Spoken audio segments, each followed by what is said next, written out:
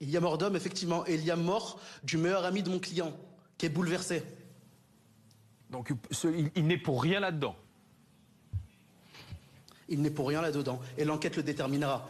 Comme vous l'avez dit, je ne vais pas aller plus vite que l'enquête.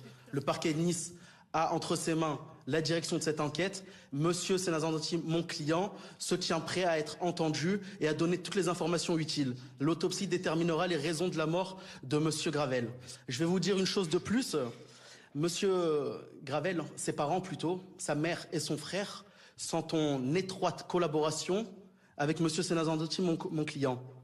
Ils se parlent constamment et elle écarte toute responsabilité de mon client dans la mort de son fils. Elle vous l'a dit précisément? Elle a dit à mon client qu'elle le dira très rapidement aux journalistes. Et aux enquêteurs donc aussi? S'il la convoque, bien sûr qu'elle le dira.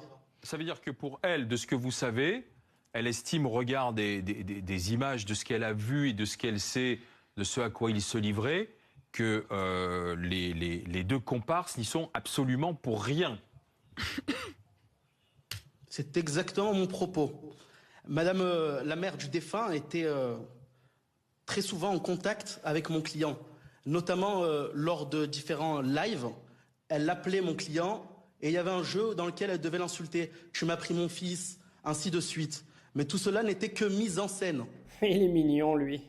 Mais attendez, c'est pas un avocat qui était mêlé dans l'affaire de la collégienne de Samuel Paty, lui? Ah oui, oui. Alors bref, jusqu'à hier matin, j'étais pas au courant de tout. J'étais bien me renseigner parce que j'aime bien fouiner. Donc là, on est en train de me dire en fait que le mec, déjà, excusez-moi, mais quand tu es avocat, tu mêles pas la mère dans la sauce parce que déjà la mère, premièrement, elle n'est pas enquêtrice et deuxièmement, elle sait pas faire une autopsie. Donc on va laisser l'autopsie nous dire qu'est-ce qui a tué JP, d'accord, premièrement. Donc la maman, aussi gentille qu'elle est, aujourd'hui, elle est dans le deuil. Donc l'avocat qui mêle la mère, merci, bonsoir, il n'y a pas moyen.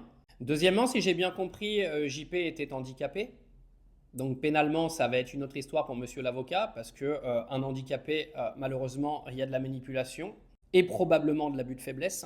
Et puis malheureusement, j'ai regardé un paquet de vidéos qui m'ont fait extrêmement mal au cœur, mais pour se renseigner sur un sujet, il n'y a pas le choix. Mais excusez-moi, il n'était absolument pas consentant. Alors je veux bien que peut-être derrière le rideau, ils se sont dit les gars, on va faire des jeux.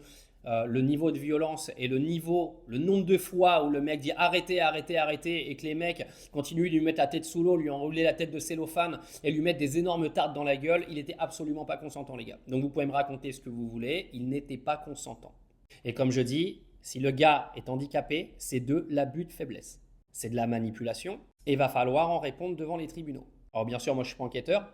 Apparemment la justice fait son travail dans ce pays même si j'y crois plus. Donc on verra ce qui se passe. En tout cas, il fait son rôle, hein. C'est un avocat, mais mêle pas la mère, s'il te plaît. Mêle pas maman là-dedans, elle n'a rien à voir là-dedans. Le gars, il a 46 ans, il n'a plus besoin de maman.